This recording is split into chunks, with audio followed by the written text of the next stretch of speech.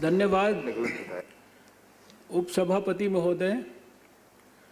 मैं सभी माननीय सदस्यों का हृदय से धन्यवाद करना चाहता हूं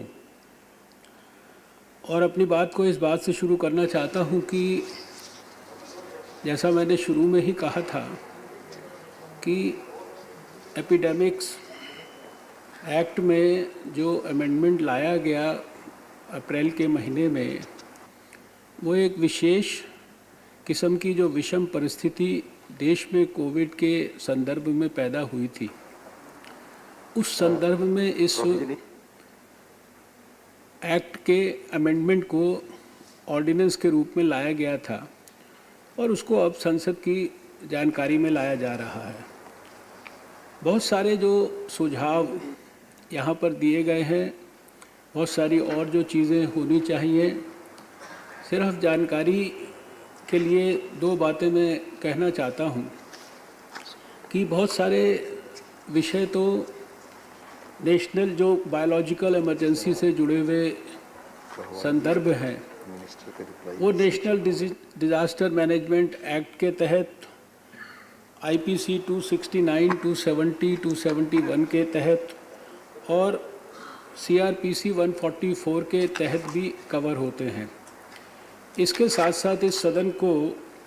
अभी जैसा आनंद शर्मा जी जो अंतिम वक्ता थे उन्होंने कहा, ये सूचित करना चाहता हूँ कि पिछले लगभग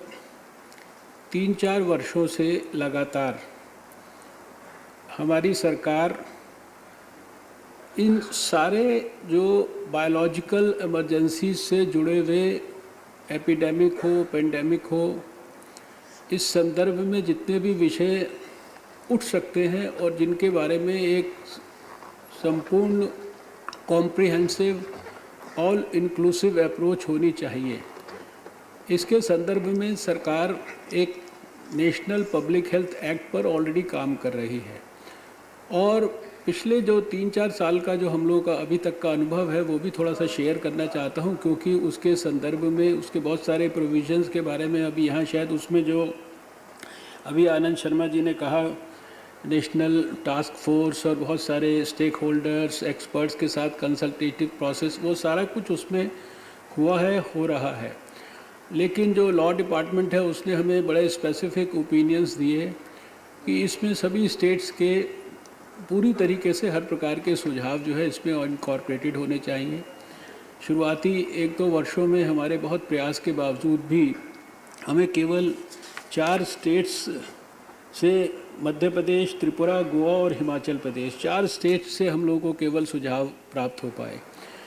अभी कोविड के समय में इस एक्ट को जो अमेंडमेंट को लाने के साथ साथ हमने उस विषय को भी साइमल्टेनियसली जब एग्रेसिवली और परस्यू किया तो हमें 10 स्टेट्स के लगभग और सुझाव उसके अंदर प्राप्त हुए और अभी हमारे पास 14 स्टेट्स का जो नेशनल पब्लिक हेल्थ एक्ट है उसको देश के सामने प्रस्तुत करने के संदर्भ में हमारे पास उनका इन्वॉल्वमेंट ऑलरेडी है। तो एक तो मैं सभी माननीय सदस्यों को बताना चाहता हूं कि सभी संबंधित जो विषय हैं जो कि शायद एपिडेमिक्स एक्ट में ना कवर होते हों या नेशनल डिज़ास्टर मैनेजमेंट एक्ट में ना कवर होते हो, उन सब के बारे में एक कॉम्प्रिहेंसिव तरीके से हम नेशनल पब्लिक हेल्थ पर बहुत प्रोएक्टिवली, एग्रेसिवली काम कर रहे हैं और जैसे ही वो तैयार हो जाएगा वो निश्चित रूप से सदन के सम्मुख प्रस्तुत किया जाएगा। जहाँ तक जो आनंद शर्मा जी ने अंत में सुझाव दिया, मैंने उस दिन जब जवाब दिया था कोविड की डिबेट पर तब भी बताया था कि जो हमारा अभी आने वाले समय के अंदर जो आत्मनिर्भर प्रधानमंत्री आत्मनिर्भर स्वस्थ भारत योजना है, जिसके लिए मैंने अपने जो स्टेटमेंट में भी जिक्र किया था और उसके लिए 65,000 करोड़ रुपए की किस प्रकार से क्या क्या चीज़ों पर व्यय होना है, उसके बारे में जो योजना है उसके बारे में भी उल्लेख किया था। तो उसके अंतर्गत सारे देश के अंदर कम्युनिटी सर्वेलेंस से लेकर और जितने भी सर्वेलेंस के पैरामीटर्स हैं, जो IDSP को स्ट्रेंथन करना है, डिस्ट्रिक्ट्स के अंदर जो है इन्फेक्शस डिजीज़ के हॉस्पिटल्स हैं, ब्लॉक लेवल पर लेबॉर्ट्रीज़ हैं, इससे जुड़े हुए जितने भी विषय हैं और उसके साथ साथ जो ऑलरेडी बहुत सारी और रिलेटेड जो स्कीम्स हैं लैब्स के एक्सपेंशन के बारे में और दूसरी चीज़ों के बारे में। माननीय मंत्री जी, आग्रह है कि कृपया ब्रीफ हों, सर अभी कृपया कंक्लूड करें। सर 2 घंटे सब लोगों ने बोला है, मुझे आप कम से कम 5-10 मिनट तो दीजिए ना सर। आप जानते हैं दूसरा सदन भी चल रहा है। सर ठीक है सर, मैं बहुत सारी चीज़ों के बारे में यहाँ पर जो कहा गया है प्राइवेट हॉस्पिटल्स के चार्जिंग इत्यादि के बारे में, तो शायद भारत सरकार ने ही इसके बारे में आगे बढ़कर सारे स्टेट्स को गाइडलाइंस भी इशू की है, प्राइवेट अस्पतालों के साथ भी मीटिंग्स की हैं, और जो चार्जेस चाहे वो लेबॉर्ट्रीज़ के हों दूसरी चीज़ों के हों, उनको सबको रेशनल करने के लिए जो है रेशनलाइज करने के लिए स्टेट गवर्नमेंट्स को भी सब प्रकार के सपोर्ट सिस्टम्स दिए हैं। कई स्टेट गवर्नमेंट्स ने उसके बारे में पॉजिटिव काम भी किया है। कई लोगों ने आयुष्मान भारत और CGHS के रेट्स के साथ अपने रेट्स को सिंक्रोनाइज किया है। जो ड्रग्स की वैक्सीन्स, दूसरी जो PPEs और उन चीज़ों के जो ओवर चार्जिंग के बारे में, ब्लैक मार्केटिंग के बारे में किया गया है, तो समय समय पर ये बताया गया है कि किस प्रकार से ड्रग कंट्रोलर ने स्टेट के ड्रग कंट्रोलर्स के साथ मिलकर इस विषय पर कितनी सख्ती से एक्शंस लेने के लिए इंस्ट्रक्शंस किए हैं। उनको सारे ड्रग कंपनीज़ को वेबसाइट पर सारी चीज़ें, सारी जानकारियां उपलब्ध कराने के लिए कहा गया है। बम्बई में, सूरत में आप जानते हैं कि जो लोग इस ब्लैक मार्केटिंग वगैरह में कुछ इन्वॉल्व थे, उनके खिलाफ कानूनी कार्रवाई भी हुई है। जो ड्रग मैन्युफैक्चरिंग यूनिट्स हैं उनकी ऑडिटिंग भी हुई है, इंस्पेक्शंस भी हुआ है। ये बहुत सारी चीज़ें जो है लगातार मॉनिटरिंग के लिए हेल्पलाइन इत्यादि भी बनाई गई है। कोई ऐसा विषय नहीं है जिसको कि हम लोगों ने आशा वर्कर्स के बारे में कहा गया है। ये सारे माननीय मंत्री जी प्लीज आशा वर्कर्स ऑलरेडी इस सब के अंदर जो है डेड बॉडीज़ के बारे में भी सर गाइडलाइंस इशू की गई हैं। जो अतिरिक्त जो वेतन इत्यादि के बारे में कहा गया है, तो नेशनल डिज़ास्टर मैनेजमेंट के अंदर जो स्टेट्स को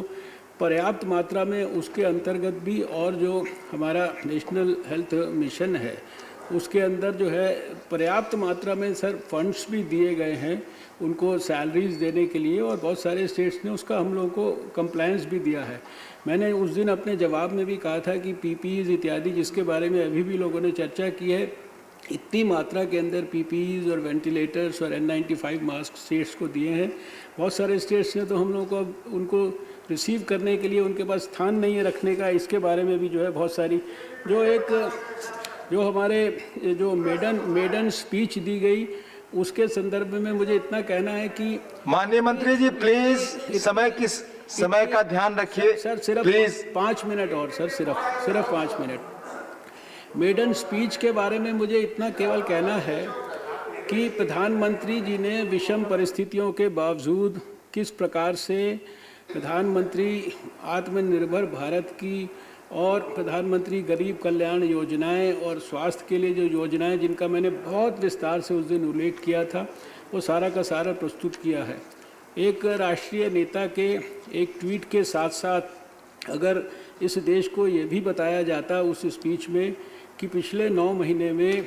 कोरोना वॉरियर्स के लिए अस्पतालों के अंदर विज़िट करके दूसरे स्थानों पर कोरोना को देश में कंट्रोल करने के लिए हमारे राष्ट्रीय नेता ने क्या क्या किया, तो शायद वो मुझे लगता है कि ज़्यादा